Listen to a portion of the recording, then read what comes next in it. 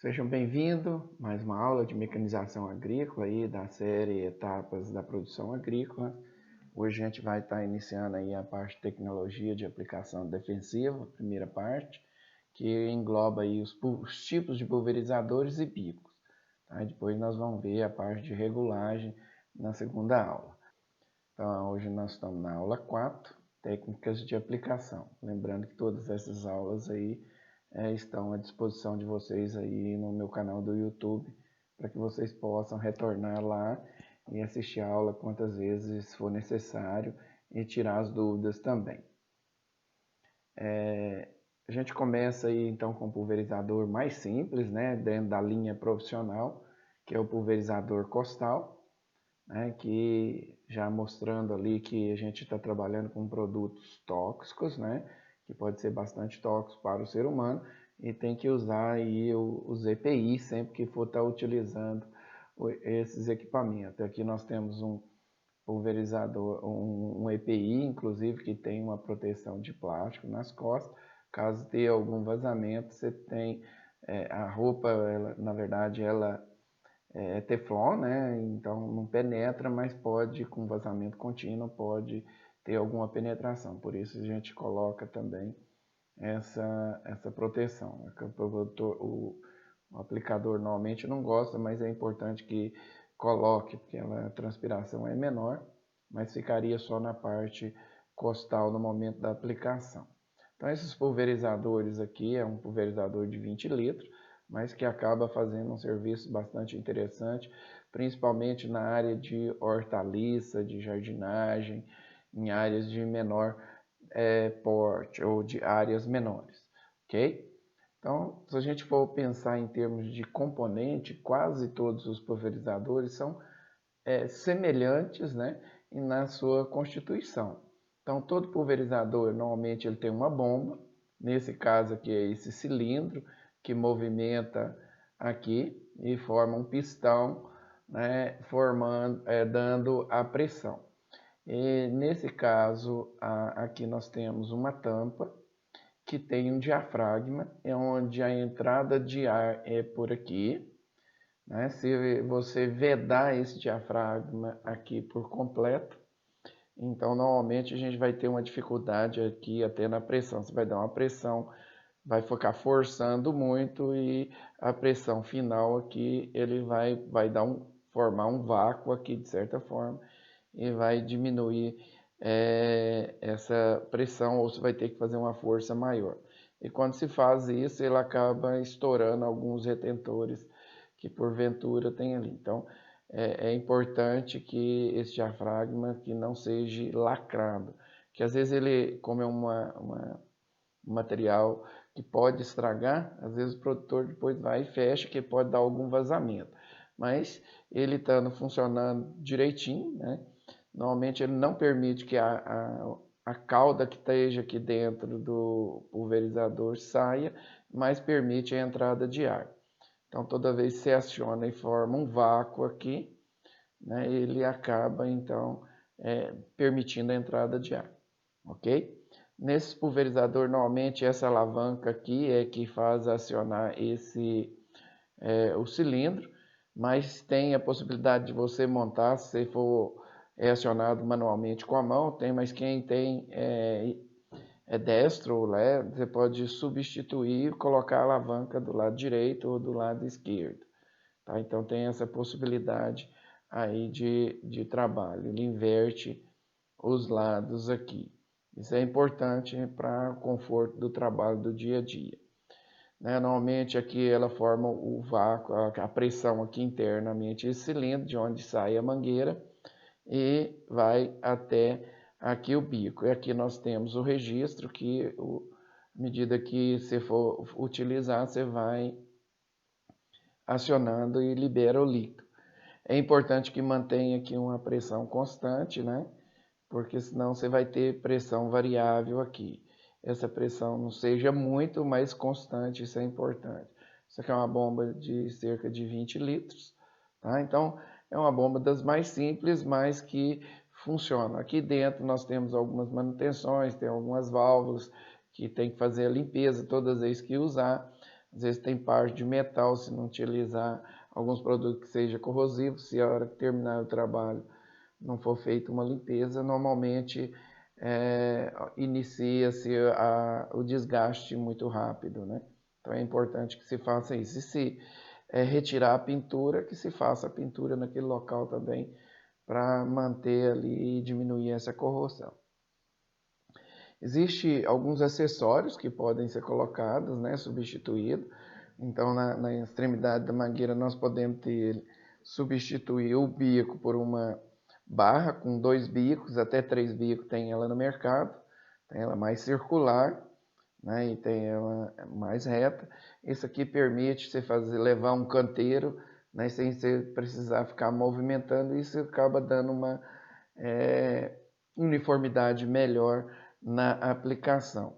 Existe também esse chapéu de Napoleão, que é uma proteção onde você coloca o bico aqui internamente. Então, se você estiver usando algum herbicida, né, que não seja seletivo, e você queira aplicar debaixo da saia do café, por exemplo, ou de uma outra planta que o produto poderia afetar a planta, você usaria e passaria debaixo ali, fazendo coroamento e tudo tranquilo, né? Então funciona bem também. Então, ok? Aqui um outro pulverizador costal, nesse caso aqui nós chamamos que tem as gotas bem menores, a gente chama então de atomizador, dado ao tamanho da gota que é um pouco menor. Ele normalmente aqui ele desce por gravidade, tá? E quem joga o produto e produz a gota é um cooler que é formado por esse motor, que ele gira, joga bastante ar aqui, né? E essa velocidade do ar é que vai produzir a gota aqui, né? Nesse caso ele é importante para uso principalmente em pomares, né? No caso do pesco, laranja, café, em pequeno produtor. Ele permite jogar em longas distâncias, né? Então na copa penetrar bastante, né? O que o pulverizador costal ele limitaria ali a distância muito menor. Mesmo para distâncias mais curtas, como para tomate e tudo, esse atomizador costal, né, ele faz um serviço muito bom, dado esse ar que é jogado com força, ele faz com que as folhas balancem, né, vibrem, e o produto possa ser jogado tanto na parte inferior quanto superior da folha, fazendo um recobrimento bem maior, né, de toda a planta, inclusive penetrando dentro da planta, por exemplo, uma copa mais compacta como a de café. Então essa força que o vento joga permite uma distribuição no interior da copa também, tá? Mas mesmo plantas que é só de cobertura, esse trabalho do nebulizador acaba sendo melhor também. E como a gota é produzida uma gota menor, ele consegue fazer uma distribuição melhor e o consumo de água por hectare, você consegue fazer uma área bem superior ao pulverizador costal, que a gota é maior. Então, nesse caso, eu tenho um depósito aqui, que é apenas um reservatório da cauda, que é apenas aí, normalmente a maioria deles de 12 a 15 litros, né? Dependendo da marca, mas ele acaba fazendo uma área até mais 2 a 3 vezes superior aos 20 litros que é utilizado naquele outro manual. Então é um atomizador muito bom, né? É claro que ele custa um pouquinho mais do que o outro está em torno de uns R$400, dependendo do lugar, é claro, e esse aqui em torno de R$1.000, R$1.100. Só que ele faz o trabalho também 3 vezes superior e com a qualidade superior. Mesmo assim, o de hortaliça nem todos utilizam por falta de conhecimento, né, de como funciona ele, né, e às vezes a questão de fazer o próprio investimento também inicial. Esse atomizador também dá para se fazer as adaptações para funcionar como polvilhadeiras, tá? No caso, hoje em dia, o uso de defensivos na forma de pó está bastante reduzido, dado a concentração do produto e a toxicidade dele, que acaba sendo maior para o ser humano. Já passando por um pulverizador acoplado ao trator, né, que é de rastro, acionado aqui normalmente pela tomada de força do trator, que faz girar a bomba, né, e então é um pulverizador de barra que a gente tem ele até 20, 22 metros de largura, né, que ele leva, que já é um pouquinho mais sofisticado, que tem que ter uma barra estabilizadora, onde a gente pode estar uma área inclinada, né, e aí alguns deles já tem sensores também, mas já é mais limitado para esses acoplados no trator.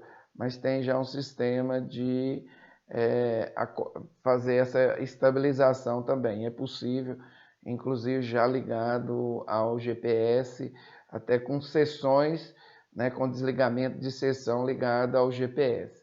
Então, e sensores, inclusive de planta, sensores de fotossensores, né, que para distância, e sensores para fotossíntese, no caso para uso de herbicida e ligado ali ao GPS.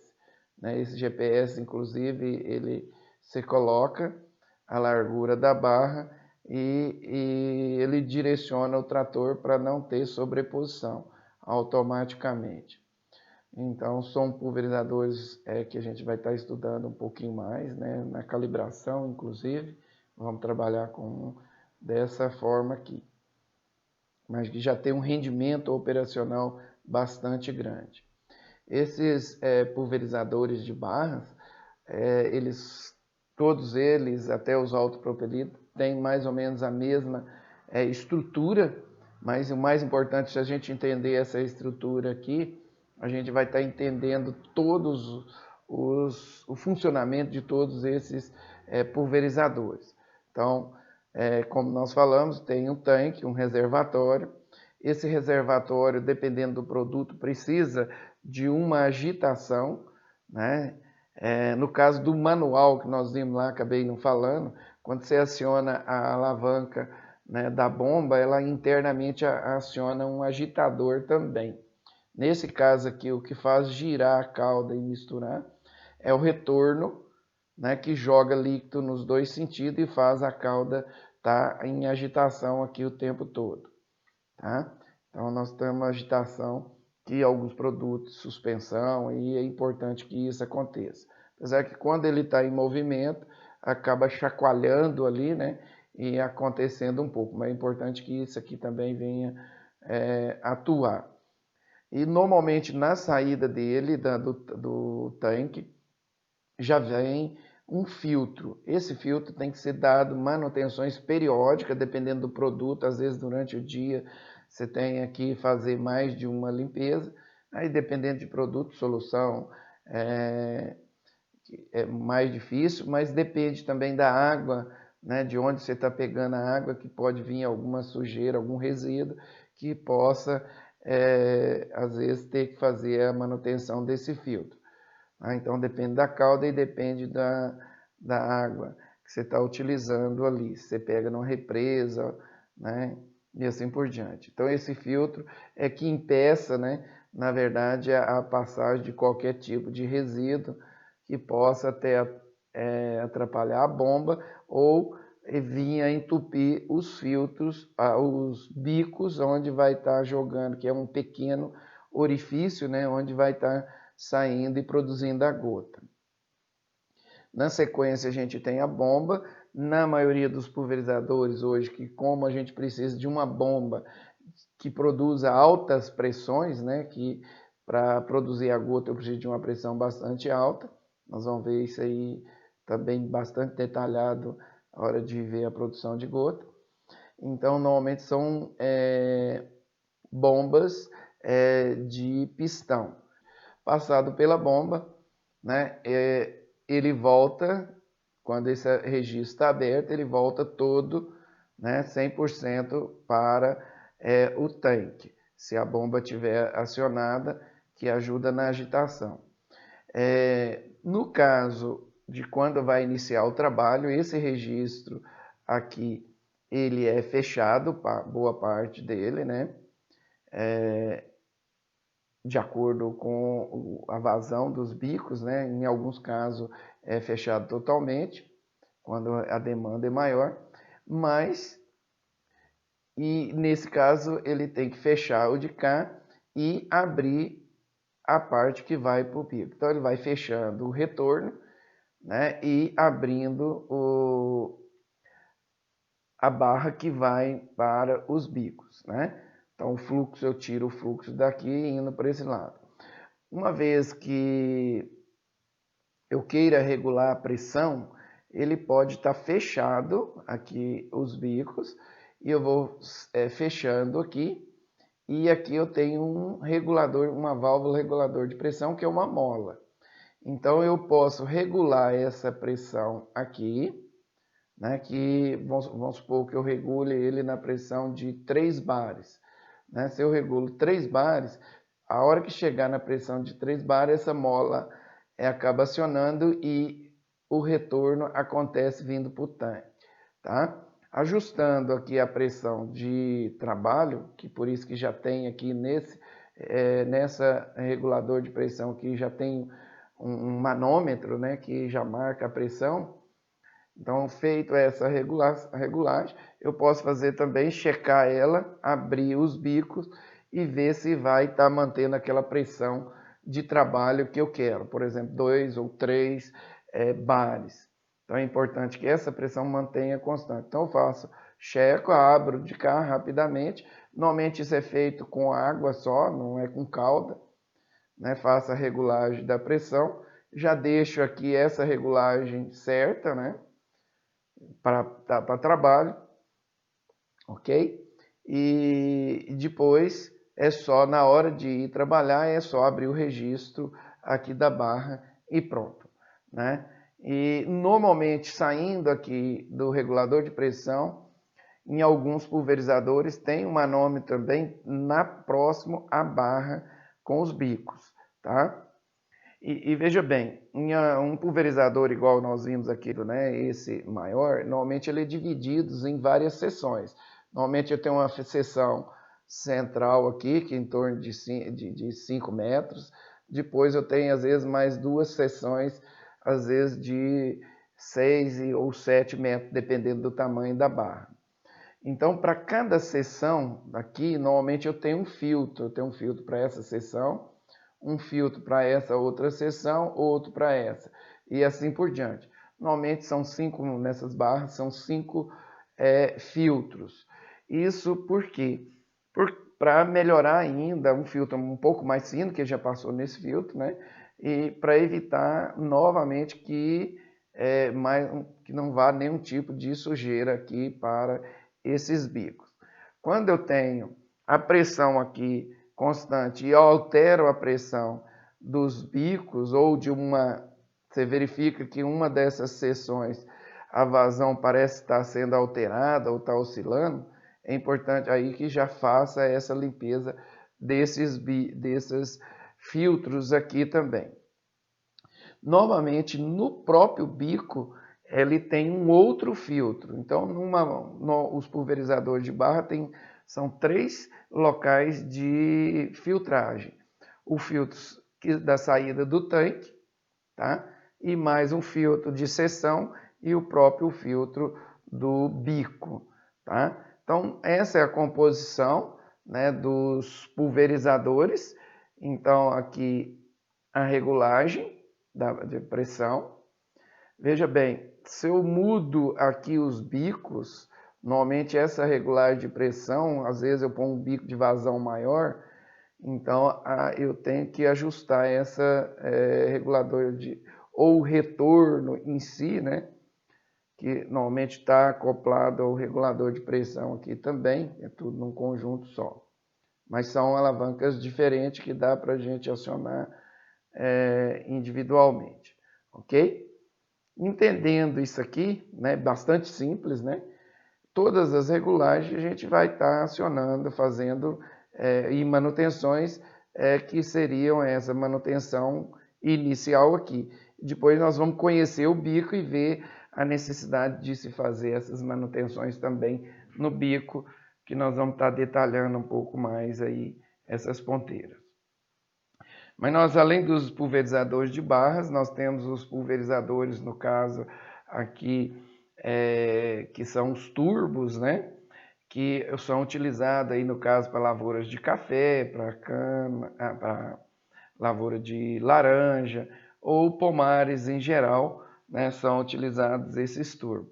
Onde, em vez da barra, eu tenho aqui os bicos, uma série de bicos na forma circular. E esse bico, normalmente, ele produz a gota, mas ele não teria poder de penetrar na copa. Então, aqui internamente tem uma hélice, um turbo, né, vamos dizer assim, que capta o ar aqui e é jogado no rumo, junto com a gota aqui no meio, né, esse jato de ar, que faz com que esse jato de ar empurre a gota com um vento muito grande, também balançando a folha e forçando a penetração no interior aí da copa. Então esses turbos é importante, né, para direcionar a gota ou o fluxo de pulverização. E reduz inclusive também a deriva, porque já direciona no sentido da planta. Se eu tenho um pomar mais baixo, eu fecho alguns bicos aqui ou direciono ele para uma posição mais baixa. Um pomar mais alto, ele já joga numa posição mais alta. E tem uns defletores também para que você jogue, direcione o jato de ar na altura do pomar que você precisa trabalhar ali no caso. Aqui nós já temos uma outra categoria de pulverizadores, que é os que nós chamamos de autopropelido. O outro que nós vimos era acoplado no trator. Nesse caso aqui, ele não precisa do trator, ele é só um pulverizador. Normalmente eles possuem uma capacidade de trabalho em velocidade bem maiores e barras bem superiores também, bem mais largas, né? Tem suspensão a ar, que ela permite passar na curva de nível, lombadas, sem oscilar essa barra aqui. Então são bastante eficientes o sistema de suspensão, ou uma suspensão individual, inclusive com tração, né, individual. Não tem cardan. Normalmente a tração é feita por um sistema hidráulico, individual por roda, né, mais tração nas 4 rodas também, individualmente. Nós temos essas barras autopropelido, onde a barra de pulverização vem atrás, nós temos outros que vêm no meio e outros que até seria na frente. Nesse caso aqui, para a pessoa que está trabalhando, aqui a segurança dela trabalhando atrás é bem melhor. Queira ou não queira, uma barra de pulverização aqui pode ter algum furo, alguma abertura, né? O pulverizador vai ficando mais velho, alguma borracha, pode dar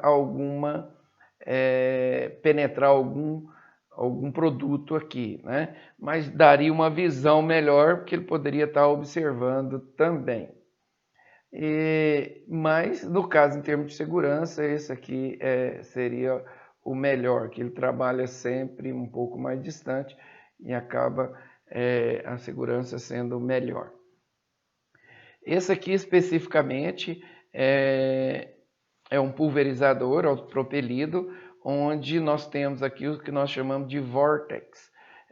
O Vortex aqui tem um turbo que produz um fluxo de ar muito grande. Isso aqui são tipo uns bolsão de ar, né? Isso aqui de plástico. Ele enche esse bolsão aqui de ar e ele libera esse ar aqui para baixo, forçando a gota no sentido da planta. Normalmente isso aqui melhora bastante, você consegue pulverizar num dia de vento um pouco maior, porque esse vento direciona a gota, diminuindo a deriva. tá? Esse tem um outro sistema que eu estou colocando, que é o eletro. Eletro, então, vórtice é essa bolsa de ar, e esse sistema elétrico, né?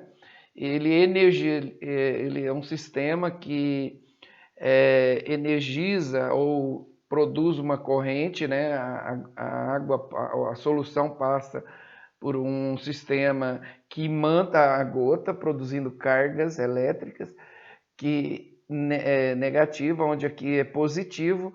Então, a hora que a gota ela sai, ela é atraída pela planta e direcionando também ela, diminuindo a deriva. Então, dois sistemas que melhora aí a redução de perda, deriva, né? E permite você trabalhar inclusive com velocidades bem superiores também, e trabalhar também em um dia com umidade mais baixa e ventos um pouco mais altos, ou seja, quase daria para trabalhar praticamente o dia inteiro. Então, reduzindo aí, se diz aqui em até 35% a deriva, né, com esse sistema aí. E normalmente permite também você usar volumes de aplicação menor, porque a deriva sendo menor, você pode colocar um volume, em vez de eu estar trabalhando com 200 litros por hectare, eu poderia estar trabalhando aí com 100 litros, 70 litros por hectare, e conseguiria fazer um bom trabalho também, um bom recobrimento da planta. Tá? E essa pressão facilita a penetração nas partes mais baixas da planta também. Tá? E permite você trabalhar às vezes até com gotas menores.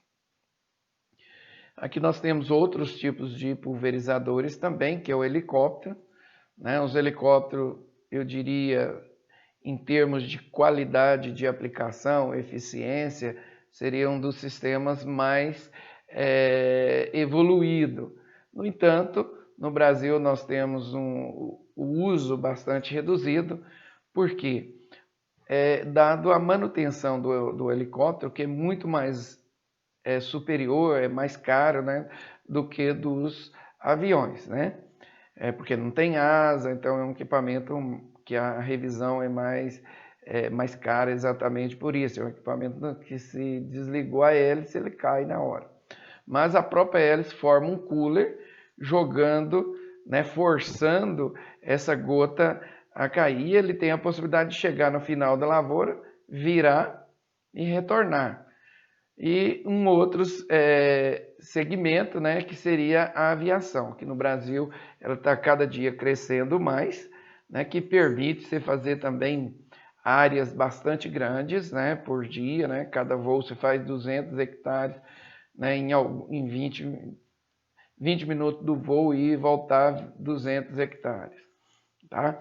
No entanto, a aeronave, durante o dia, ela acaba tendo uma perda muito grande, que quando ela chega no final da área, ele caminha bastante para depois retornar na área. E tem a possibilidade de, às vezes, não desligar no momento e cair produto fora do local, né? Depois ele tem que voltar na área, então acaba tendo um atraso, né, no retorno na área de pulverizar. Né? Então acaba esse sendo mais áreas muito grandes, né, que tem um comprimento maior. Quanto maior o comprimento, maior a eficiência, né, da aplicação aérea. Vantagem que também não entraria, né, no caso o autopropelido ou ligado ao trator, nós teria amassamento para ele estar passando aqui e amassando algumas plantas. E no caso, se acabou de chover ou o solo estando muito molhado, pode patinar, ter compactação. Nesse caso, a gente evita tudo isso, além de ter um rendimento operacional, né, muito grande. Parou a chuva, no caso, se eu quiser já entrar, nada impediria em termos de entrada na área e compactação. Tá? Então, a tendência em áreas grandes, cada vez mais está utilizando. A gente vai ter uma aula específica, né, sobre aplicações aéreas, que tem vários detalhes da aplicação que a gente precisa estudar também. Um outro sistema que está iniciando né, nos últimos 3 anos, que evoluiu mais, né, que é aplicar o uso de drones. E eu acredito que o drone tem potencial, você acredita, né, de substituir, inclusive, as aeronaves aí. Porque o drone, no entanto, na China, na área de hortaliça, área de declividade maior, áreas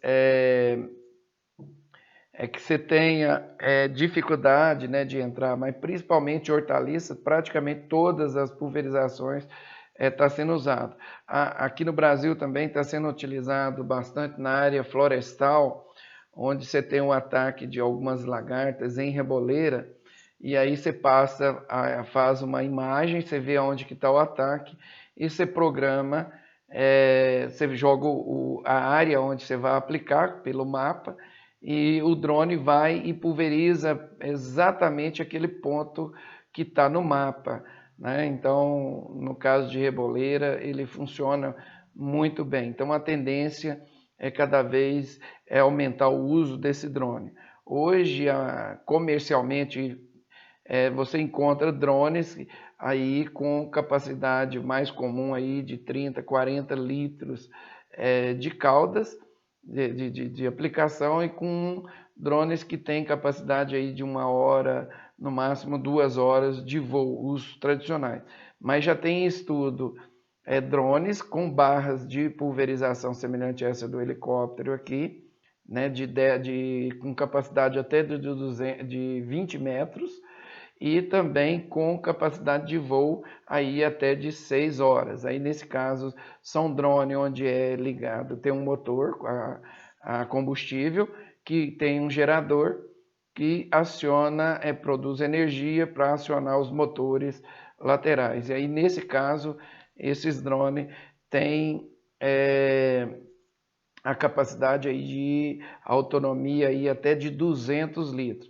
Nesse caso, isso inclusive aqui no Brasil, tem algumas empresas já estudando, tem alguns protótipos já funcionando. Por isso a hipótese de substituir inclusive as aeronaves. A qualidade de aplicação também seria fantástica, né? Porque ela já tem esse cooler e dá a possibilidade de você programar numa velocidade mais baixa, e ele exatamente chega no final e retorna, tem um aproveitamento muito bom, tá?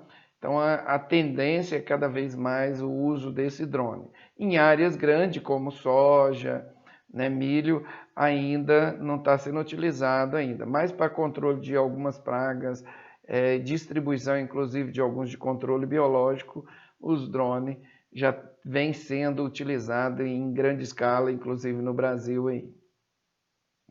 A gente vai então estar agora trabalhando um pouquinho, já quando nós falamos de pulverizador, nós falamos dos bicos, né, de pulverização.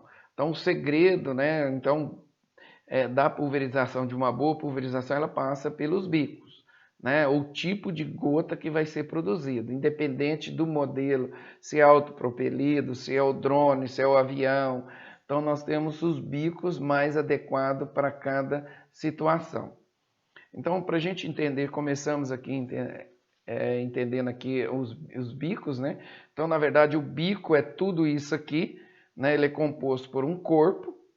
Nós falamos lá que internamente tem um filtro, né? E depois tem uma capa, e o que produz a gota realmente, que é a ponta. Então, esse corpo aqui, basicamente, ele não muda e não produz gota nenhuma. O que vai produzir a gota, na verdade, é a ponta, que a gente vai estar estudando também mais detalhadamente. Então, esse bico eu posso substituir essa ponta e produzir vários tipos de gotas, maiores, menores, tipos de jatos diferentes, que é o que a gente vai estar trabalhando. No caso, só para a gente começar a entender a importância desse bico, nós temos bico que produz gotas com diâmetro maior do que 400 micrômetros, tá? E bicos até menores, com gotas menores que 50 micrômetros. E qual a importância disso? Então, vamos imaginar aqui, é um desenho esquemático do mesmo volume de líquido utilizado e a mesma área, um quadrado aqui, né? Então, todas as áreas são iguais, onde o volume aplicado é o mesmo em todas as áreas. Aqui eu tenho uma gota muito grande. Então, veja bem, eu tenho uma gota que tem esse volume. E praticamente todo o resto dessa área não foi coberta por nada.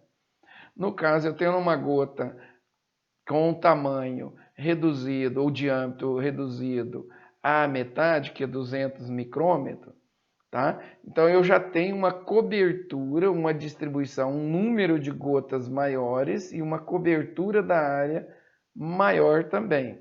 Veja que eu só reduzi a metade.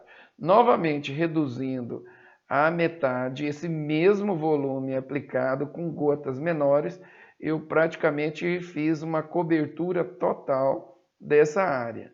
Uma gota menor ainda, maior seria a cobertura. O espaço entre um vazio seria menor. Tá? Então, a importância da gota seria isso. Aí você poderia falar, então, a melhor gota é a menor. A melhor seria a menor? Depende. Nós vamos ver que nem sempre essa maior cobertura eu consigo fazer em determinado caso. Então, vamos supor que eu tenha um inseto que movimente, né, na folha, uma gota grande, o inseto movimenta e teria contato com o produto. Mas, por exemplo, se for um fungo, uma doença que ele ataca nesse ponto e começa a doença, ele não teria função. A menos que eu tivesse um produto sistêmico, ele caia aqui, penetre na folha e redistribua, né? Então, veja bem, já falei duas coisas, dependendo do produto e dependendo do alvo que nós queremos, né? Se é um inseto que movimenta, se é um fungo, né? Se é um produto sistêmico ou não, que a gente vai escolher o bico de acordo com o nosso alvo e a nossa necessidade. E nem sempre essa gota pequena, nós vamos ver que ela tem muito problema na aplicação. Tá? Se não fosse isso, né, sempre eu aplicaria a gota de menor diâmetro. Né? E, na verdade, esse diâmetro aqui, na verdade, um bico, ele não produz só um tipo de gota. Ele produz esse diâmetro que nós estamos falando aqui, 400 micrômetros, é o diâmetro médio, né, volumétrico, né, que a gente vai estar estudando mais na frente, vou explicar o que seria. Tá? Então, quando eu falo um bico que produz gotas de 400 micrômetros, o DMV dele que é 400. Mas vamos, fique tranquilo que a gente vai ver isso bem detalhadamente em seguida.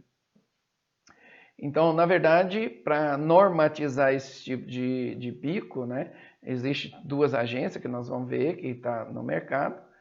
Então, esses bicos são normatizados com gotas de acordo com o tamanho da gota. Então, o MF, né, é gotas muito finas. Então, gotas muito finas, normalmente, eles vêm com uma coloração mais avermelhada. Isso é um padrão, né, internacional. Por que vermelhos? Porque, normalmente, essa gota pode ter muito problema. Ela pode evaporar, como a deriva dela é muito fácil. Né? Nós chamamos isso aqui do tipo névoa, né? Gotas muito pequenas, tá certo? Que pode ter gotas até de 25 micrômetros, então é menor, DMV aproximado, né? De 100 micrômetros. Depois nós temos bico de gota fina, média, grossa, muito grossa e extremamente grossa. Então esses são os tipos de coloração de bicos, né? Que a gente vai estar vendo, né? E a coloração tem a ver, quanto mais para o lado vermelho, né, vai aumentando o risco, ou gotas menores. É uma padronização. Então, na verdade, as agências que fazem isso aí são essas duas agências aqui, né?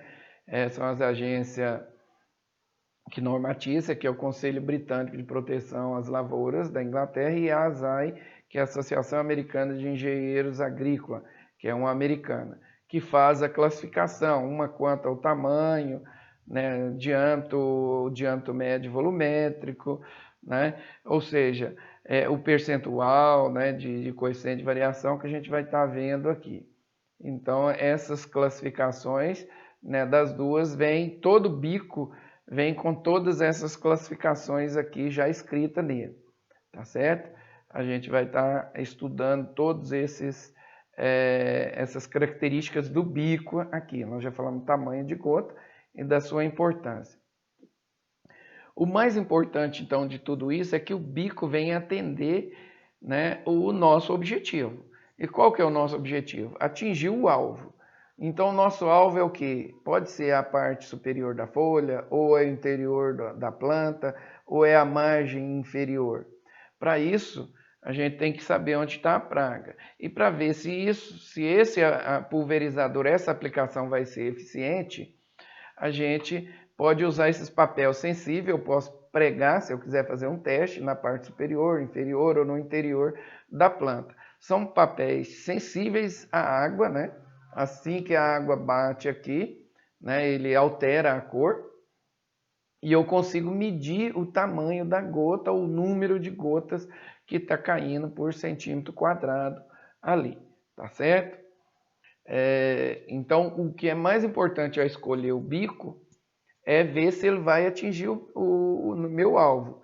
O meu alvo está na parte superior, ele precisa cobrir a folha inteira, ou ele está na margem superior e precisa cobrir a folha inteira, ou está na parte interna. Então, nós vamos entender isso aí, né? Aqui é como fazer esse teste. Então, nós precisamos de produto. Gotas mais de diâmetro maior, normalmente ela tem um sentido, ela cai e bate só na margem, na página superior da folha. E ela não penetra muito na planta. E ela tem um direcionamento, ela vem e cai por gravidade.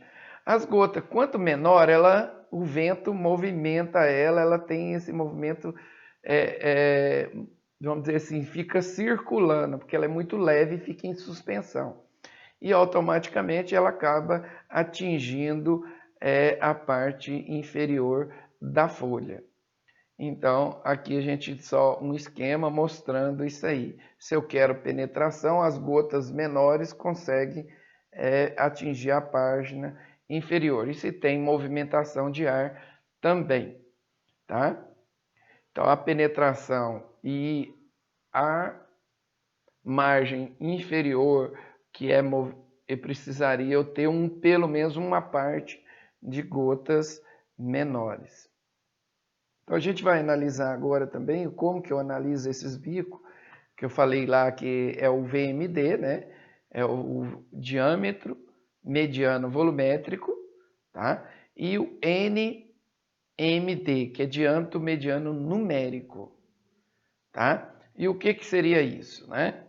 E o coeficiente de dispersão. Então, esses fatores que aquelas empresas avaliam dos bicos, tá certo? E além do tipo do jato que a gente vai estar vendo também. Então, o que seria o VMD? Então, o diâmetro médio mediano, na verdade, seria aquela gota onde esse diâmetro aqui, se eu pegar 50% do volume, se eu aplicar 100 ml, 50 ml seria com esse tamanho de gotas menores que esse diâmetro. E 50 ml, né, metade do volume, com esse tamanho aqui. Tá? Então, isso aqui nós chamamos DMV, tá certo? Então, aqui nada mais é do que o conceito, né? Então, o diâmetro que divide o volume pulverizado em duas partes iguais, isto é, metade do volume pulverizado está contido em gotas menores que este diâmetro e a outra metade em gotas maiores que aquele diâmetro, ok? Então, volume de cá igual ao volume de cá desse tamanho de gota, tá certo? E o DMN, que é o diâmetro mediano numérico, né? Então, em termos de número de gotas, se eu pegar esse diâmetro aqui e contar o número de gotas menores do que esse diâmetro, vai dar igual ao número de gotas com diâmetro inferior. No entanto, se você pegar o volume aqui, é muito maior do que aqui, tá certo? Então, aqui eu tenho, vamos supor que eu tenho aqui 100 litros, eu tenho 3 milhões de gota. Eu teria 1 milhão e 500 gotas aqui e 1 milhão e 500 gotas do lado de cá. Tá? No entanto, o volume estaria muito diferente. Ok? Aqui é a mesma coisa, então eu adianto que divide o número de gotas em duas partes iguais. Isto é, metade do número de gotas é maior que este diâmetro e a outra metade é menor. Ok? Então, um é número, o outro é volume. Simplesmente isso. Para que serve isso? Para a gente calcular também o coeficiente de dispersão, que é chamado de R. Expressa a uniformidade de um conjunto de gota ou espectro de variação, que é o DMV dividido pelo DMN. Tá? Então, esse quanto é menor, né, esse número aqui, mais uniforme, nós temos aí o coeficiente de dispersão. Tá certo? Então, isso vai nos dar uma garantia da qualidade até do bico. Se a gente pegar em termos de tamanho de gotas, tá? Gotas maiores, eu tenho então uma cobertura menor, porque a gota é maior, muito espaço vazio, e normalmente são bicos que trabalham com pressão menor também. Se eu pegar esse bico aqui e aumentar a pressão, ele acaba aumentando a vazão e aumenta a velocidade de saída e as gotas ficam menor também, tá certo? No entanto, quando eu tenho gotas maiores, a deriva, que é o vento carregar, ou a gota, toda a água da gota evaporar, é menor. Então a gota acaba chegando no alvo com mais certeza. A vida útil, como trabalha com a pressão menor, normalmente é maior também. O inverso acontecendo com os bicos, né, de gotas menores. Né? Então aí a cobertura é maior, a pressão é maior, a deriva é maior. Né? Então aqui nós estamos uma desvantagem. Né? Deriva, né, a gota, às vezes eu jogo, pulverizo, antes de atingir o alvo, a água toda evapora, tá? E não chega ao alvo que a gente gostaria. A gota muito pequena, principalmente se eu tiver um dia com umidade relativa muito baixa, ela evapora. Ou como ela é muito leve, você joga ela na direção da planta e o vento acaba carregando, que é o que nós chamamos deriva, né? E também, como normalmente para produzir uma gota eu preciso de pressão maior, ele acaba tendo um desgaste mais rápido. Então aqui, para que serve esse tamanho de gota? Onde que eu uso um bico? Qual que é a recomendação de bicos?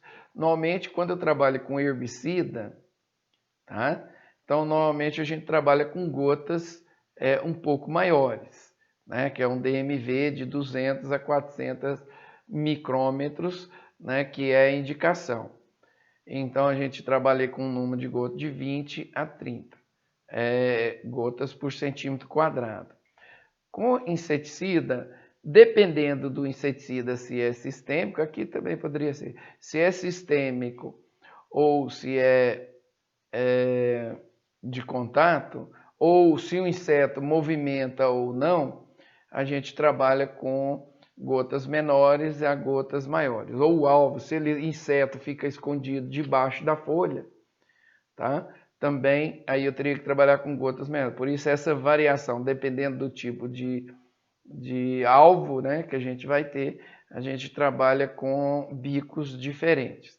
No caso de fungicida, quando eu trabalho com fungicida de contato, eu já trabalho com gotas menores, né? Porque eu preciso ter cobrir a área um pouco mais, né? E um número de gotas também bem grande para conseguir cobrir aquela área. Mas quando o produto é sistêmico, né, a gente pode trabalhar também com gotas maiores, que aí ele penetra, redistribui na planta. Então, veja bem, então a escolha do bico vai passar vai ser feita de acordo com o alvo e o produto que a gente está utilizando e né, a posição que a gente quer que atinja na planta. Tá? Mas normalmente já é mais ou menos, já é padronizado essa escolha de bico de acordo com essas características aqui, tá certo? Só para a gente ter uma ideia de o que a quantidade de produto, né?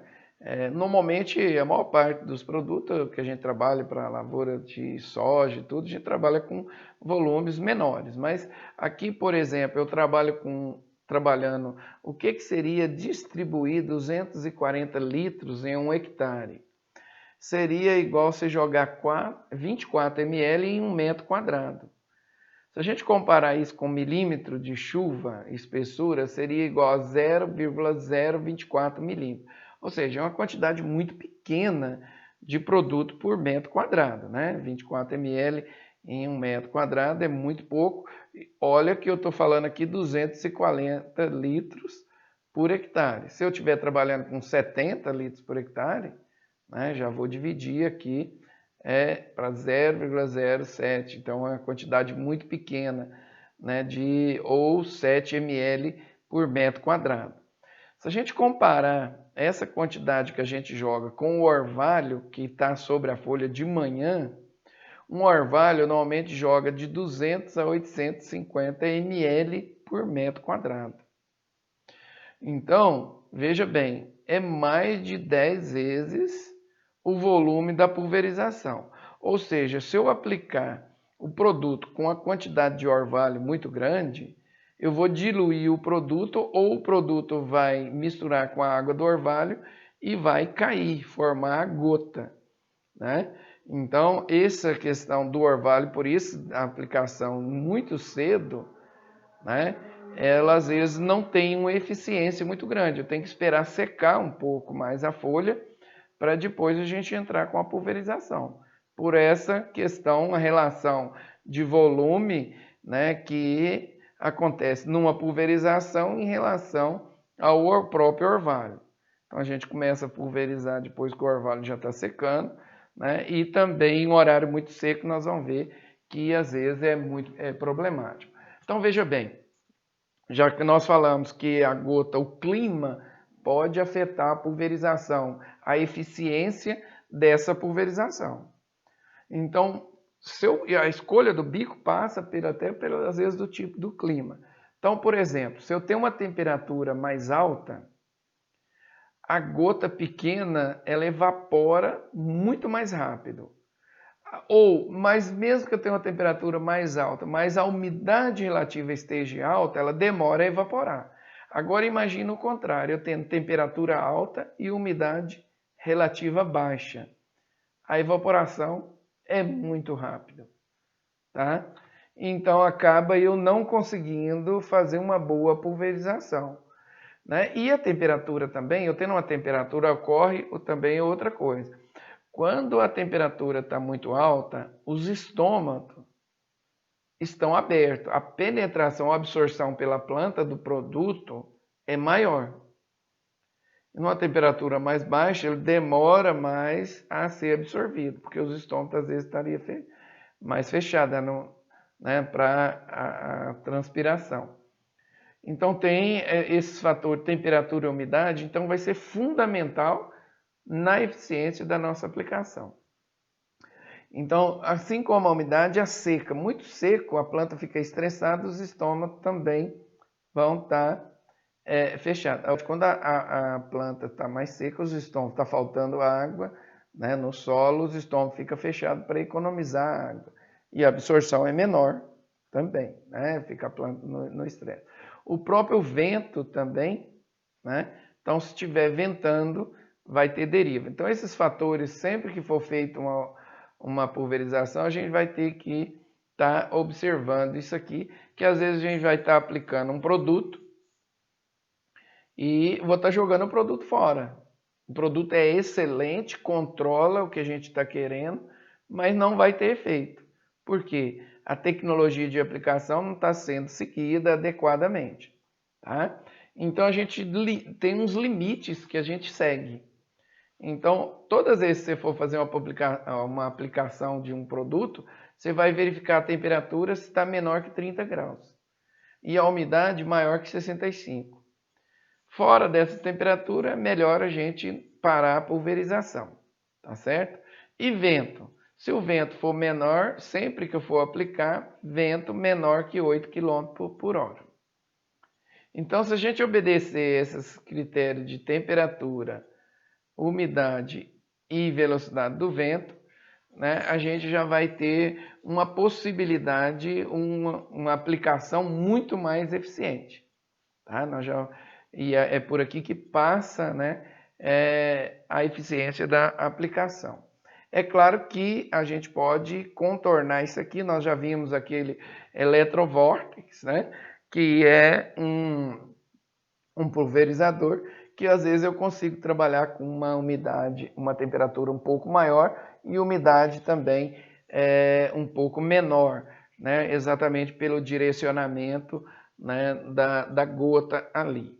Inclusive driblando essa velocidade do vento. Mas a maioria não é a realidade da maioria dos pulverizadores aí, tá certo? Aqui só para a gente entender exatamente o problema da temperatura e a umidade. Então veja bem, o tempo de vida da gota, ou seja, eu tenho uma gota, quanto tempo ela vai gastar para evaporar? Então, esse tempo depende do diâmetro da gota. Quanto menor o diâmetro, né, menor é o tempo de vida dessa gota. Ela vai evaporar totalmente. E também da diferença da temperatura do bulbo úmido e do bulbo seco, que nós chamamos de umidade. E ainda dividido por 80, né? Então, esse é o tempo de vida útil da gota, que depende do diâmetro e da umidade. Ou seja, se eu tiver uma diferença de temperatura do bulbo seco muito grande, a gota, eu aplico ela, antes de chegar no meu alvo, ela já evaporou. Ok? Então, aqui nós temos uma verificação, aqui temperatura 22,9 e umidade relativa 80%, ou seja, pode ser feita a aplicação. Exemplificando um pouco mais isso aqui, né, um trabalhozinho que foi feito, onde foi feita uma avaliação das condições climáticas e vida da gota, onde trabalhou-se com temperatura de 20 graus, 30 graus, umidade de 80% e 50%. E diâmetro de gota também de 20 e 100 e 50 de diâmetro. Então vamos ver o que aconteceu. Quando eu trabalhei com uma gota grande com a temperatura de 20 graus, eu tive uma gota que durou 200 segundos. À medida que eu fui reduzindo o tamanho da gota, né, o tempo de vida foi reduzindo. Então veja uma gota com DMV de 50, né, eu reduzi praticamente o tempo de vida da gota por 4, né? Então reduzi a metade, reduzi por 4. Reduzi a metade de novo, praticamente, né? Se eu pego aqui, dividir o tamanho da outra por 4, eu dividi por 8 praticamente a vida útil. E quando eu comparo ainda, fica maior, quando eu comparo com uma temperatura saindo de 20 para 30 graus e umidade relativa de 50, olha o que aconteceu. Então o tempo que era de 200 segundos já passou para 56. E quando eu trabalhei aqui com o diâmetro de 50, já foi para 3 segundos. 1, 2, 3, a gota acabou. Então veja a importância da gente trabalhar a umidade, verificar a umidade relativa e a temperatura. Então 3 segundos, às vezes esse tempo não daria para atingir o alvo. Que a gota, eu tenho um bico distanciado da planta, às vezes de 1 metro. Se ele tiver 1 metro, ele vai gastar mais de 3 segundos para atingir esse alvo. Então, ou seja, ele não vai atingir o alvo. Então, por isso que não vai ter, você vai estar aplicando e jogando o produto fora que você aplicou. Tá? Então, entendendo um pouquinho, nós temos aqui o que seria deriva, explicando, né? Então, nós temos dois tipos de deriva, que é essa que nós acabamos de falar, que é a gota, ela evaporar antes de chegar até o alvo. Isso nós chamamos de deriva por vapor. Mas nós podemos ter outra questão também, que é a deriva pelo vento. Então, a gota não vai evaporar, é uma gota maior, mas o vento vai carregar. Então, ela está sendo aplicada a pulverização nessa área e veja o vento tá onde que está jogando esse produto, né? Move para fora. Então, nós não vamos ter eficiência também num caso desse, ou imagine se fosse um herbicida que estaria matando a planta do lado, tá certo? Só para a gente entender o conceito de deriva. Então, a causa de deriva, a produção de gotas, quanto menor, maior a deriva, e o vento também carrega as gotas. Então, os dois casos de deriva, tamanho da gota muito pequena, fina, e o vento. Como fazer isso aí? Exatamente inverter o processo, né? Então, evitar o vento e gotas mais grossas quando eu tiver um pouco mais de vento. Então, eu evitaria a deriva com isso. Então, nós vimos a importância do tipo do bico. Mas muitas vezes o produtor às vezes nem quer trocar o tipo de bico, não tem uma coleção de bico para cada tipo de aplicação. Mas só para a gente entender aqui o custo do bico em relação à aplicação. Então, uma barra de 12 metros, por exemplo, ela gasta 24 bicos. O custo de um bico, estou falando o bico mais caro aqui, né, de boa qualidade, nós vamos ver depois, é R$20. Então seria 400, nós temos um bico bem mais barato, viu? R$480. Então a vida útil 400 horas, nós vamos estudar inclusive a vida útil de cada bico. O custo por hora seria 60 centavos para todos os bicos. Tem um potencial de trabalho de 2.000 hectares, ou seja, o custo por hectare relacionado ao bico é 24 centavos. Né? Então, ou seja, é muito baixo. Mas será que isso é baixo mesmo? Vamos verificar então o preço de uma pulverização, média da pulverização por ano. Seria o custo do produto. O produto, R$440. Se eu comparar R$450 com R$2,40, né, com 10 pulverização, né, são 10 pulverização, então praticamente é um percentual muito pequeno em relação ao custo da aplicação. Então é por isso que você vai deixar de usar um bico adequado em relação ao custo de produção? Parece uma coisa irreal e o produtor acaba, às vezes, não vou trocar de bico porque o bico é muito caro. Não, tem coisa muito mais cara. Imagine uma aplicação apenas, seja R$440 você vai usar por hectare de produto, né? E você não usou o bico adequado e não deu resultado. Você vai ter que fazer uma outra aplicação do produto. E essa outra aplicação é muito mais cara, né? Muito mais aqui praticamente 100 vezes, né? Mais, quase 200 vezes mais caro o produto do que o próprio bico. Então, uma coisa irreal. Então, o bico é importante, mas tem que ser utilizado o bico adequado. E o peso do custo do bico é baixo em relação ao custo total dessa aplicação. Então, é importante que se faça a escolha dessa ponta adequada, que o bico você não troca, você troca a ponta, né? Na verdade.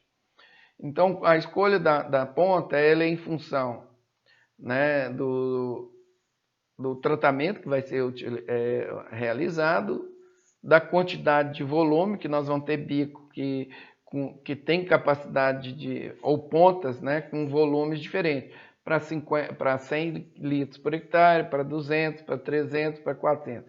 Então, essa ponta aqui vai dizer o volume. e o tamanho da gota que vai ser produzida e a velocidade de trabalho que você vai estar utilizando.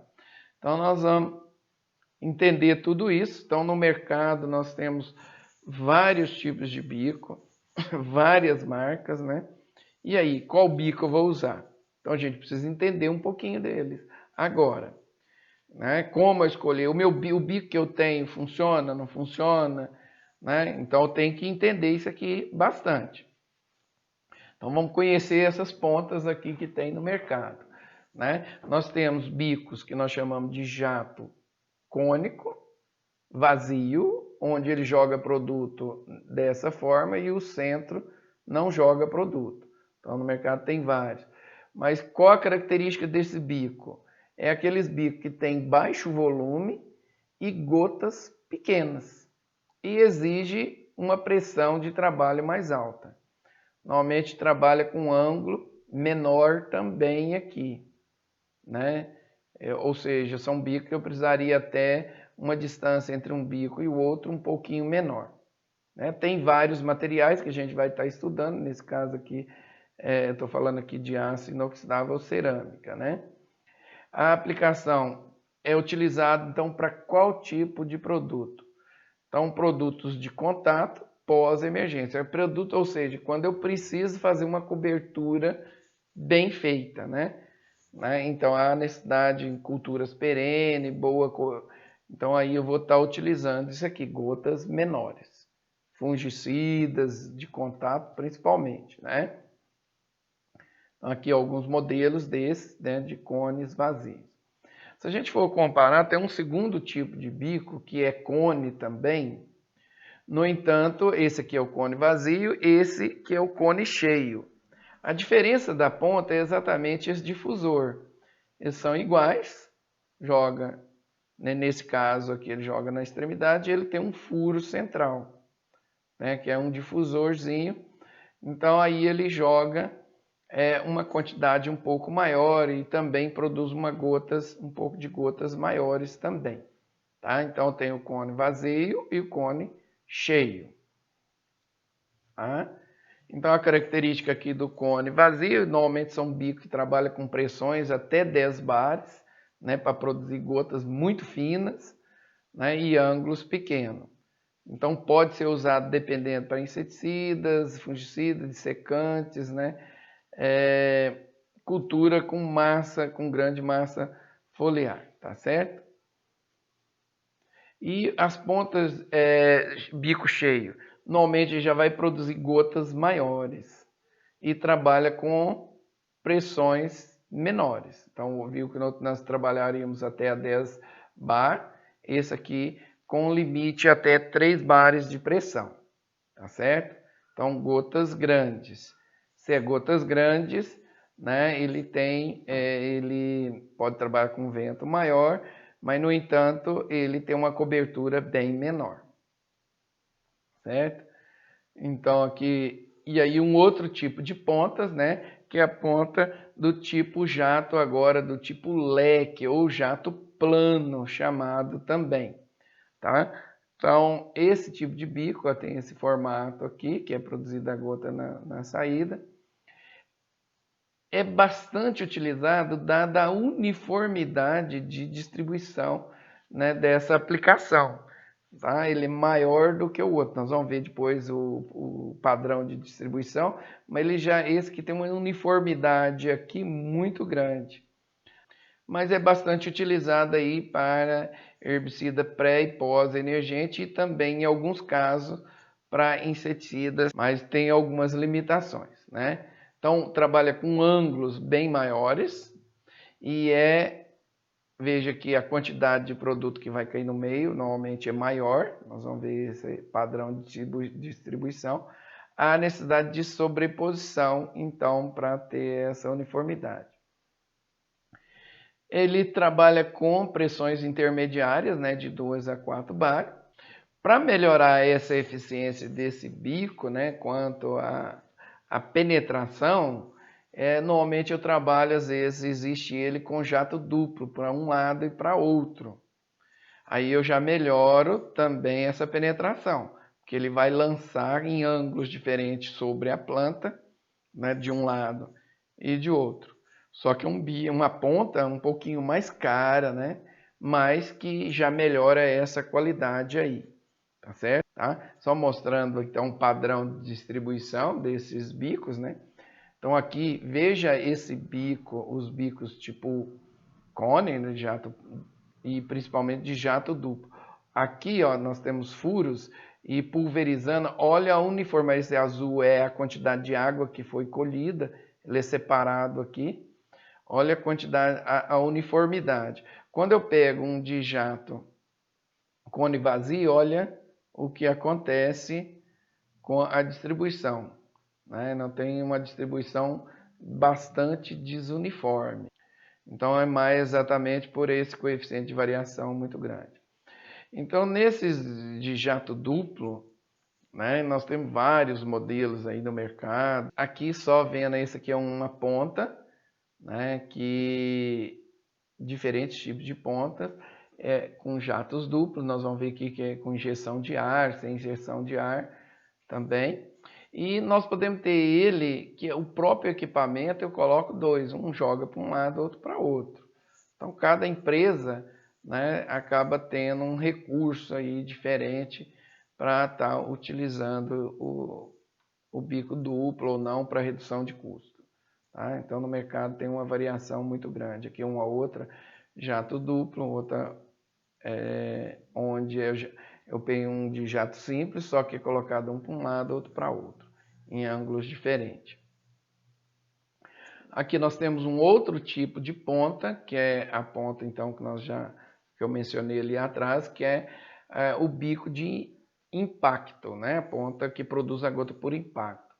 Então, ele é usado, esse é o tipo que produz gotas muito grandes, né? E nesse caso, ele não teria penetração nenhuma, tem um ângulo de aplicação bem grande e trabalha com pressões bem baixas. Então, num caso, se tiver vento, eu tenho aqui a aplicação para herbicida e tudo, né? Sistêmico. Então, para aplicar em área total, então com esse bico eu conseguiria trabalhar bem tranquilo. Aqui é a forma com que esse bico de impacto é produzido a gota. Então o jato vem nesse sentido, bate nesse anteparo e a gota explode em gotas maiores, né? Aqui vários modelos desses bicos de impacto, aqui inclusive com jatos duplos. E aqui um outro que a gente vai estar vendo agora, que é essa ponta de pulverização com injeção de ar. Então aqui a gente tem um bico, né, um pouco mais caro, e é um bico que produz gotas grandes, mas com característica de gotas pequenas. O que seria isso? Então, na verdade, eu tenho gotas bastante grandes, só que eu tenho injeção de ar nessas gotas. E trabalho com uma pressão maior também, né? Então, a característica desse bico é uma abertura, um furo lateral do bico, aonde ele vem aqui num certo diâmetro, depois ele forma um venture e à medida que vai alargando ele forma um vácuo e entra ar. Então eu formo gotas grandes, tá? Mas essas gotas são leves.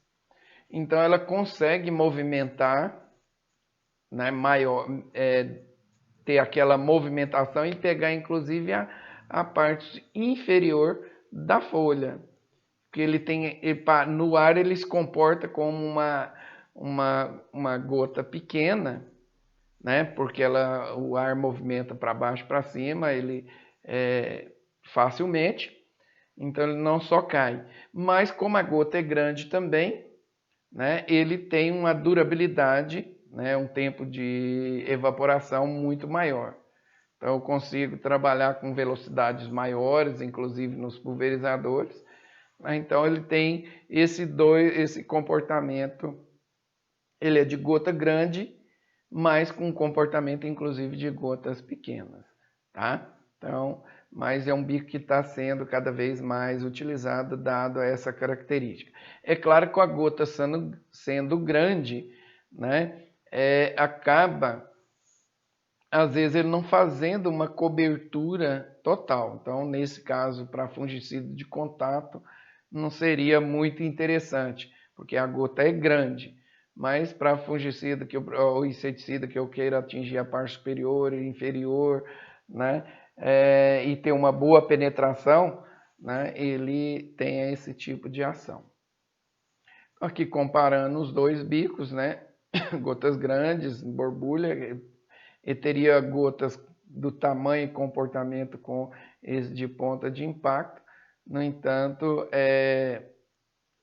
ele tem uma uniformidade muito boa, inclusive, ou seja, um bico com qualidade. Aqui mostrando um furo, né, lateral, onde forma o venturi e a entrada de ar. Aqui nós vamos ver os materiais diferentes, que, né, o orifício maior e menor. Então, uma ponta como essa tem uma vazão muito menor do que uma ponta que tenha um furo desse aqui. Então, um bico, às vezes, que tem possibilidade aqui de eu jogar no máximo 150 litros por hectare, e aqui uma ponta que tem possibilidade de eu jogar uma quantidade aí 300, 400 litros por hectare. Então, o orifício, o diâmetro vai levar essas características aí de vazão diferente, tá? De acordo com o diâmetro do furo. Aqui nós temos também alguns bicos, né, com pontas descentralizadas, né, que em alguns casos é bastante interessante com o tipo de pulverizador, principalmente quando eu coloco dois bicos, um jogando para um lado ou para outro. Isso ajuda às vezes na penetração do produto. Outra coisa que nós falamos, né, bastante é a impressão, né? Não sei se tá. E normalmente o bico, ele sempre vem nele escrito a pressão em bar. E muitas vezes os manômetros, eles não vêm escrito em bares, né? Normalmente quilograma por centímetro ou libras. Para mim passar de bar para libras, basta eu multiplicar por 14,2. E se eu quiser passar de quilograma para libras, basta eu multiplicar por 14,56. Então, basicamente, essa parte aqui que vem em quilogramas por centímetro quadrado é praticamente igual ao bar, né? Dá uma pequena diferença. Dá para a gente avaliar aqui como se fosse bar. Mas vem aqui também em libras. Se você tiver alguma dúvida, de acordo com o manômetro, né, você pode fazer a conversão e ver exatamente aí. Você pode ter também o seu manômetro em quilopascal. Então, normalmente, se for importado, por exemplo, ele pode vir, aí você teria que fazer as transformações. Mas como no dia a dia a gente está acostumado com esse tipo de manômetro, né, é comum às vezes você comprar um que vem diferente, você até substitui esse manômetro aqui. Mas é muito simples fazer essas transformações, tá certo? Então, quando a gente vai regular o pulverizador, normalmente nós vamos ver que o bico, nós vimos que ele tem a faixa de pressão. Então, olha, o bico trabalha com 2 bares. Aqui, na verdade, ele está em quilograma, mas daria para você já aproximar aqui a pressão, ajustar a pressão, olhando o manômetro e no regulador para iniciar a calibração. Porque nós vimos aqui que o tipo leque, por exemplo, ele vem a pressão de trabalho, aqui eu até coloquei já em libras, né? Aí eu teria que dividir no caso, para saber, porque normalmente lá no manômetro vem desse jeito. E os bicos também, eles vêm escrito a vazão nele. Só que a vazão que vem escrita no bico é em galão. E um galão equivale a 3,78 litros. Tá? Então, por exemplo, a hora que eu olhar na nomenclatura que está lá escrito no bico, por exemplo, eu tenho uma ponta lá, que está escrito 80,01. Significa que 80 é o ângulo né, de abertura do jato. E 0,1 é que é 0,1 galão, né, é a vazão dele, galões por minuto. Tá? Se eu quiser transformar em litros por minuto, eu tenho que multiplicar por 3,78 para saber qual que é a vazão em litros por minuto. Porque normalmente, a hora que a gente for calibrar, a gente vai ter um medidor em ml, litros, né? Então, nós não temos alguma coisa para medir em galão. Então, a gente tem que fazer essa transformação aqui, sim. Uma outra ponta aqui que esteja escrito lá 110,05, quer dizer que o ângulo de projeção do jato é de 110 graus e a vazão 0,5 litros. Então, nos bicos vão sempre vir uma série de características já escritas. No bico também vem escrito o material que ele é feito. Tá? Nós temos bicos de cerâmica, de aço inox, né? E o bico de cerâmica ele vem com a sigla K. O de aço inox é endurecido com a letra H. O inoxidável, simplesmente S. Isso aqui vem do inglês, né? Que é a sigla, por exemplo, aqui é hardness, que é o aço, por exemplo, é steel, né? Vem com a letra S. Aqui no caso do plástico, P. O latão é letra B, que é de brass, né? Então, isso vai vir escrito lá no bico, qual que é o material que é ele. E é importante também que o tipo de material desse bico, ele tem duração diferente. Então, um bico de cerâmica, por exemplo, tem duração até de 1000 horas. Um de aço, de 500. Veja que o de cerâmica tem uma durabilidade melhor do que o próprio aço. Ele desgasta, ele é muito mais duro do que o próprio aço de cerâmica. Tá certo? O aço endurecido e o aço inoxidável, simplesmente, ele não enferruja, mas ele dá algum desgaste com o uso. Se você pegar um de latão, por exemplo, a durabilidade é muito menor. É claro que o preço também, né, com um material melhor, vai ser mais caro. Por isso você vai achar bico lá, por exemplo, que custa R$1, R$2, e bico que vai estar custando aí até ponta, né, que vai estar custando aí 15, R$20. Então aqui mais uma dessas características de um trabalho, né, de vida útil, né, trabalhando aí com a pressão 2,8 bares. É claro que a vida útil vai depender da pressão. Se eu tenho uma pressão maior, a vida útil vai ser menor. Então, termoplástico foi 400 horas, cerâmica 400, quematal, que é um tipo de cerâmica também, 400, aço inoxidável 400, nylon 200. Então, é nesse trabalho que foi feito, né, da Jacta, que eles deram essas garantias aqui. Então, veja bem, quando eu pegar o bico, né, vai estar escrito bem essa nomenclatura. Então, isso aqui tem um significado para vocês. Então, esse aqui é injeção de ar, aí é air injection, 110, que é o ângulo de abertura do jato, a vazão, que é 0,2 galões. Aqui é a marca do bico, que é o VisiFlow, né, que é o tipo dele em leque, e aqui que é a ponta de aço. Então, todos os bicos são padronizados, né, com essa nomenclatura. Ou seja, um bico que seja um bico de uma empresa idônea, vem isso aqui, mas existe alguns bicos que vêm do Paraguai, se não vem nada escrito. Aí como que você vai saber que tipo de bico que é? Aqui eu já sei, ó, tem injeção de ar, tem até o furo aqui, tá?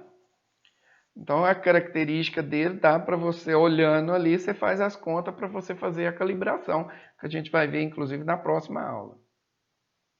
Aqui novamente, né? Então tem uns bicos aqui, os tipos de material de cerâmica, que é na pau, tá? O de aço, né? Que aqui está aço, por exemplo. Então todos eles vêm com a característica, né? Aqui o P de plástico, né? Polímero. Então vai estar escrito aí no bico. Então aqui só pegando, né? o que vai vir escrito no bico, no caso aqui da Tijet. Então aqui está escrito que é o polímero de aço, que é Napal, né? Aço inoxidável, aço inoxidável endurecido. Esse V aqui que é do VisiFlow, né? E assim por diante. Aqui que é de latão, né? Brass. E aqui o bico que não vem nem com a classificação do tipo ali de material. Tá certo? Então aqui a durabilidade, aí vem as características, normalmente no catálogo, né? Ele vai estar vindo exatamente qual que seria a característica de resistência, de desgaste, mas dizendo aqui que nós temos melhor característica de durabilidade, de resistência a produto químico, abrasivo, é o mais caro, né? E assim por diante, até chegar o de latão lá, que é o mais fácil, corrosivo, ali para desgaste maior, ok? Então, tudo isso vai estar num catálogo, né? E aqui, normalmente, a vazão, nós já vimos lá inicialmente, a coloração, né? Qual que é a vazão maior por menor. Então, isso aqui já tem uma característica, por exemplo, é padronizado, por exemplo, isso aqui é vazão 0,1 galão, 0,15, 0,2, 0,3, 0,4, 0,5, né? Então tem padronização de cada empresa, às vezes utiliza alguns padrões, pode ser um pouquinho diferente. Então o catálogo é importante. Aqui, por exemplo, nós temos várias empresas que produzem bico, a Jacta, a Magda, a Micron, a Spray System, essas são as empresas brasileiras. E dentro de cada empresa nós temos uma série de modelos de bicos que cada empresa produz, né? Então são os modelos que tem. Segue aquele mais padrão, né, de classificação que vem nele, mas os modelos podem ser diferentes aí entre ela. Mas se você olhar no bico, essas informações que nós estudamos vão seguir o mesmo padrão. Então é difícil da gente decorar tudo isso. Então aqui no caso é o padrão, novamente repetindo aqui, de vazão, né, de cores, né, mas se você usar dessas empresas idôneas brasileiras, vai estar seguindo. Isso que é um padrão, na verdade, internacional, tá? Mas tem empresa que acaba alterando alguma coisa, principalmente essas empresas paralelas. Mas se você usa da Jacto, da Spray System e tudo, vai ter um padrão. Então você fala, qual bico está aí, que cor? Você já sabe qual que é a vazão. Então, as funções do bico, nós já vimos que é determinar a vazão, quantidade de água de acordo com o furo, e o tamanho da gota, a qualidade da gota, a distribuição, né? Como que vai ser distribuído, né? Então essa escolha da ponta ali ela é importantíssima antes da gente iniciar. Vamos fazer a aplicação toda. A aplicação de um determinado produto. Vamos ver, esse produto exige o quê? Onde que está a praga? Para a gente depois escolher a ponta que vai ser utilizada lá.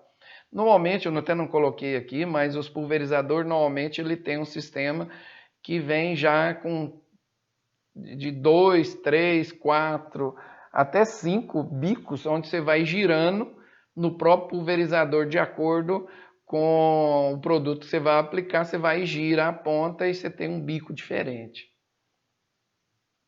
Então aqui nós temos os padrões todos que nós vimos, de tipo leque, os padrões que são produzidos, tipo cone cheio, cone vazio, né, de impacto e os bicos de injeção de ar, tá certo? Então estão todos aqui só resumindo. Então se a gente pegar só resumindo todas essas características no bico, então vai estar lá o tipo do bico, a marca, normalmente todas elas vêm, o ângulo de pulverização, a vazão, o modelo, né, do tipo, o VisiFlow e o material, né, nesse caso aqui aço, tá certo? Então todo bico você olhando ali, você já consegue ter uma ideia para quem está começando, se você ainda não tem ideia. Mas o correto mesmo, como ninguém vai estar memorizando, tem várias marcas, é você ter a tabela daquele bico né? Então, veja bem, eu tenho esse bico aqui, por exemplo, que é o XR8001.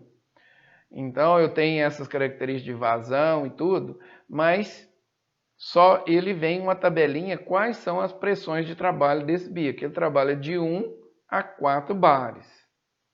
E, normalmente, se eu aumento a pressão, a vazão desse bico vai aumentar. Tá? Então, eu tenho vazões de acordo com a pressão e com a velocidade do trator que vai andando. Então, se eu pego o trator e regulo, olha, eu vou trabalhar a 4 km por hora, ou a 5, ou a 6, de acordo com o tipo de pulverizador, se permite ou não. Né? Normalmente, os autopropelidos, ele chega aí a velocidade que vai a quase a 20 km por hora. Né? Então, o que, que acontece? Vamos supor que você queira trabalhar com 100 litros por hectare. E você está com esse bico. Então, qual que é a regular que você já vai? Olha, qual que é o valor mais próximo de 100? 96. Então, nesse caso, eu teria que trabalhar com uma pressão de 2 bares, tá?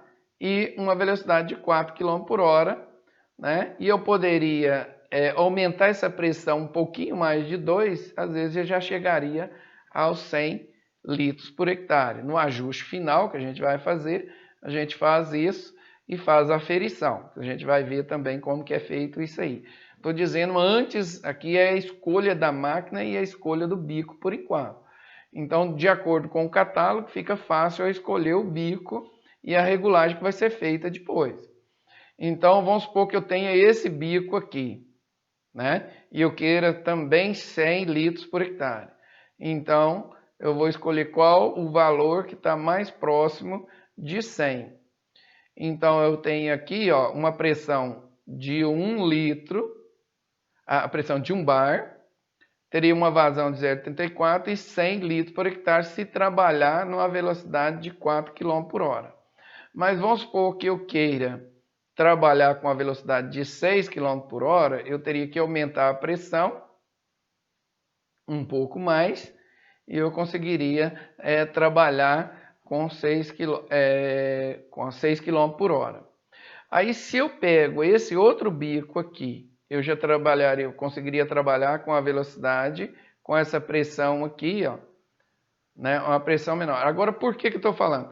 Qual que é o melhor bico dos 3 que eu vou escolher? Então, se eu pego qual que é o tamanho de gota dos 3, vamos supor que seja tamanho de gotas semelhantes deles, que eles produzem. Quanto maior a pressão, eu vou diminuindo o tamanho da gota. Tá? Então, se eu tiver uma condição, dependendo do produto, eu quero gota maior ou menor, então se a escolha, qual dos 3 aqui, se eu tiver que trabalhar com gotas menores, qual o bico que vocês escolheriam? Então, se eles são de tamanho semelhante, eu teria que trabalhar com pressão menor. Qual bico eu consigo trabalhar com a menor vazão e na maior velocidade? Então, seria isso, a vazão de 1, né? Eu posso trabalhar aqui até quase a 6 km por hora, né? Com a menor vazão. Mas vamos supor que eu queira aqui numa velocidade até maior, eu colocaria ainda com gotas com a pressão menor. Então, quando eu trabalho com pressões menores, eu tenho uma vida útil do bico maior, né, e gotas maiores. Então, tem essa flexibilidade na hora de escolher o bico. Então, por isso que é importante a gente ter a tabela e ver quais os bicos que eu tenho, para mim verificar qual bico que eu vou estar trabalhando. Ok? Então, é importante ter o manual daquele bico que a gente está usando ali. Então, a quantidade de bico que a gente tem é muito grande aí no mercado. Né? Sem o manual é importante que a gente tenha um padrão. Vou trabalhar com os bicos da Jata ou da Spray System, né? Então, ou da Tijet.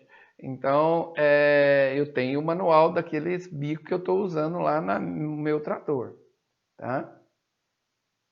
Então, veja a quantidade de modelos de bico que a gente vai ter no mercado.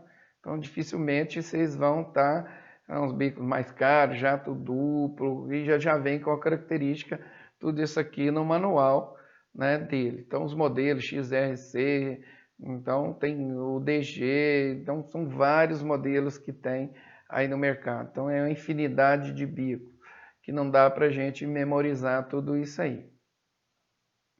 É importante a gente frisar, dentro deles aqui, nós temos bicos, né, quanto maior o tamanho de gota, né, diminui, maior o tamanho, diminui a cobertura. Menor o tamanho de gota, maior a cobertura. Mas, ao contrário, a deriva aumenta. Se a gente tiver isso em mente e as condições de trabalho e o alvo, então aqui a gente escolhe o bico exatamente, aqui eu peguei todos os modelos, em termos de tamanho de gota, né? Mas tem o formato também.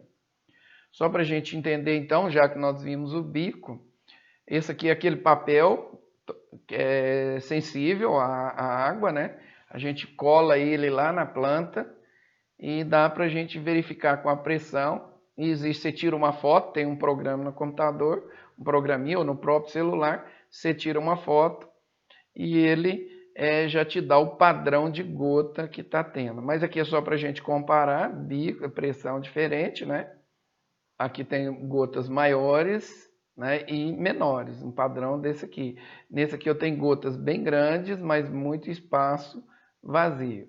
Às vezes o mesmo bico simplesmente diminuindo a pressão. Aqui eu tenho um de impacto, né?